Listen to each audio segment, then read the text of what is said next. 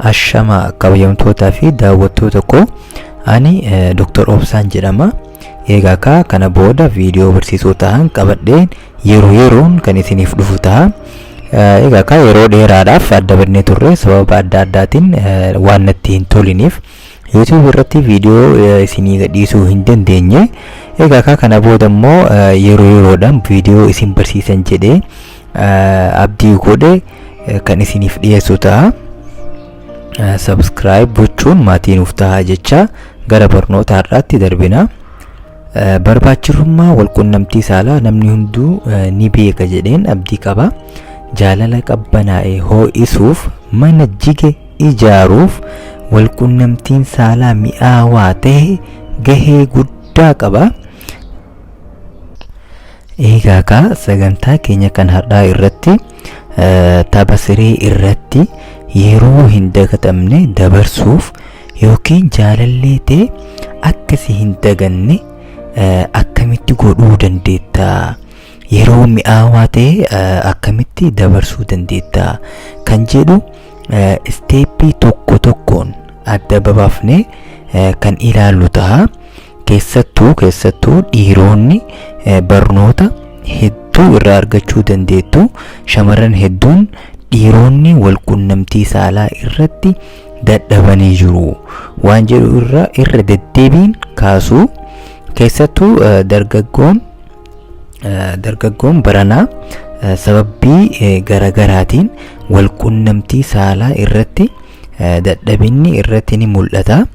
Fakkeenyaaf dhugaatii alkoolii fi tamboo xuuxuu irraa kan ka'e, kana malees boqonnaa dhabuu fi rakkoo xiinsammuu wajjin wal qabate rakkoon walqunnamtii saalaa heddummachaa dhufaa jira. Dadhabbii kana gara jajjabinaatti fooyyeessuuf barnoota garaagaraa kan isiniif kennu ta'a. Irraa baradhaan wajjin tura. Egaa yeroo hedduu namni baay'een yookaan shamarran baay'een jajjabina walqunnamtii saalaa yoo yaadan yookaan yoo madaalan boca qaama saalaa dhiiraa irratti hundaa'aniiti.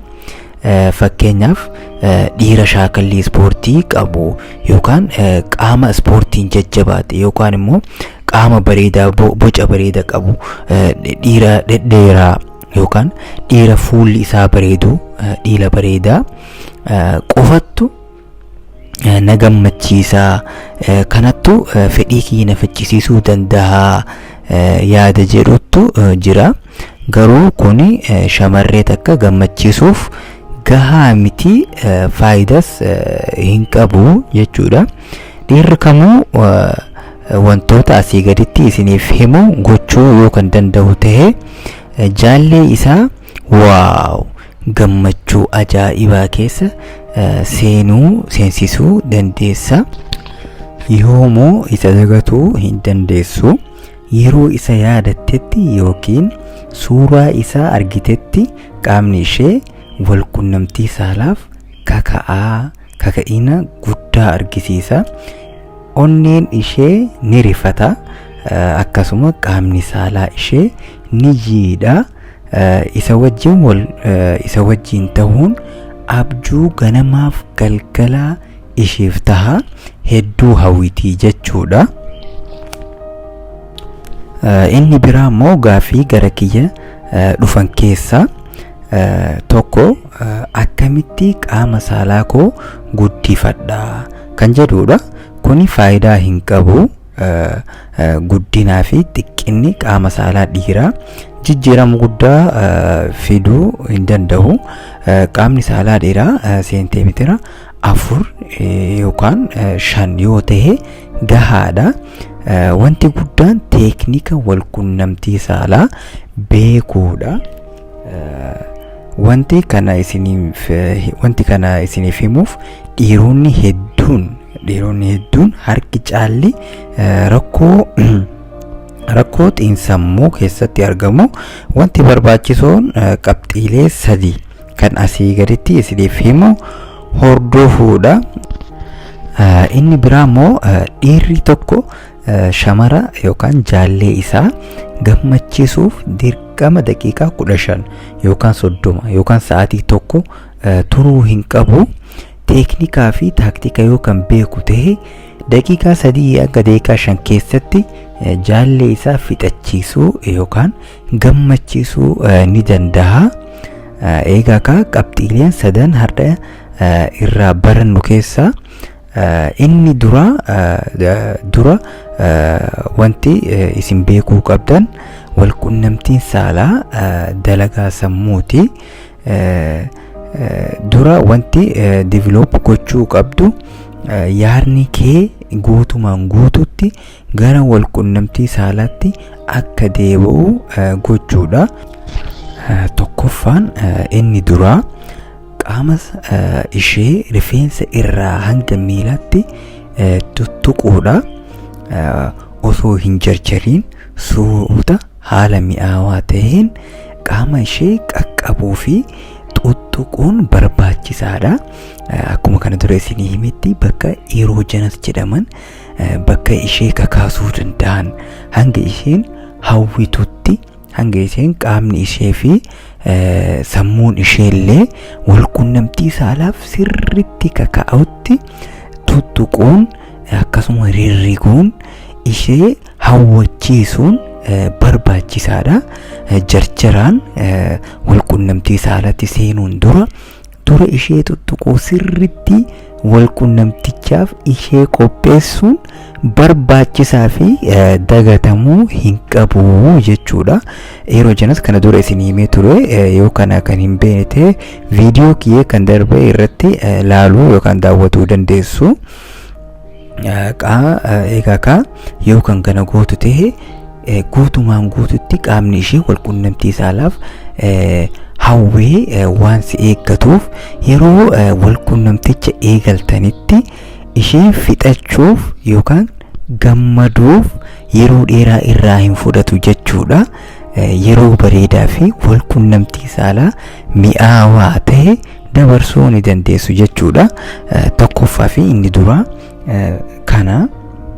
Egaa eeroojenas eessatti argama kan jedhu akka fakkeenyaatti arrabaan suuta gurra ishee tuttuquun suuta arrabaan akkasuma yookaan morma ishee jala dhungachuun fiixee harma ishee fi handhuuraa gad bu'uun qaama ishee walqunnamtii saalaaf qophii gochuu fi ho'isuun ni danda'ama.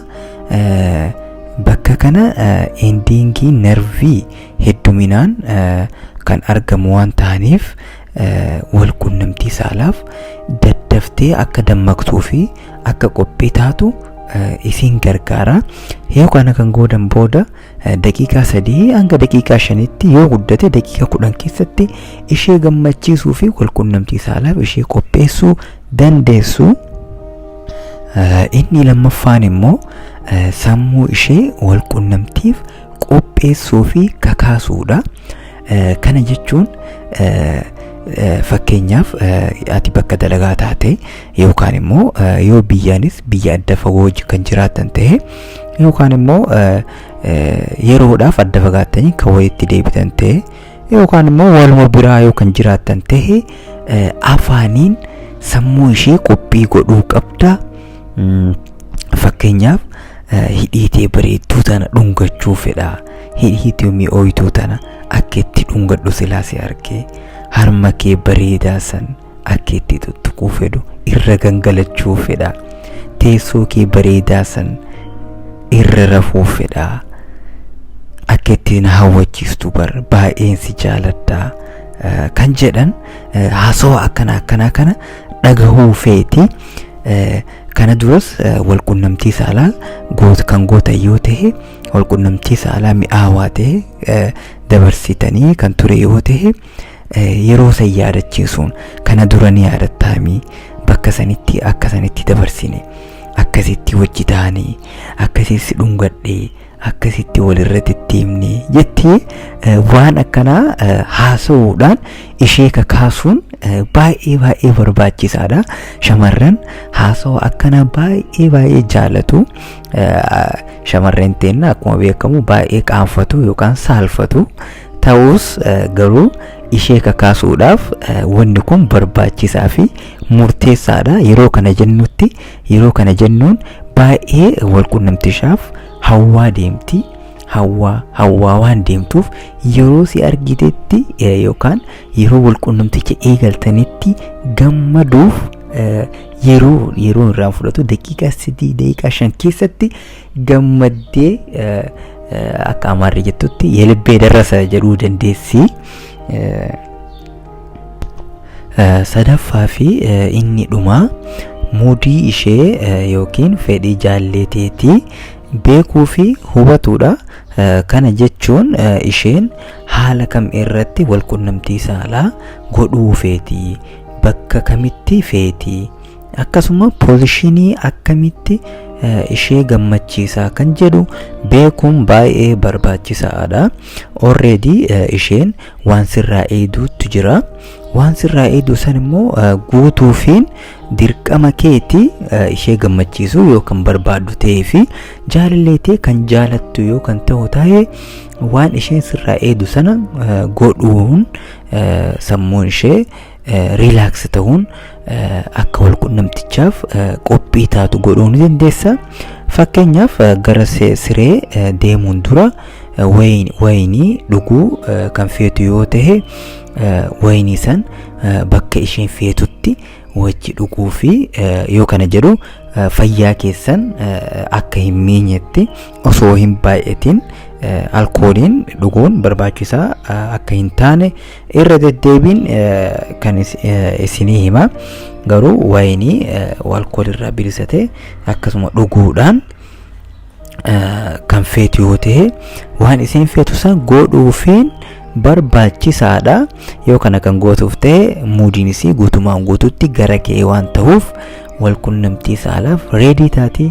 Yeroo sanitti walqunnamtii saalaa yeroo daqiiqaa gabaabduu keessatti yoo dheereffatu kan feetan taatanis rakkoon hin jiru.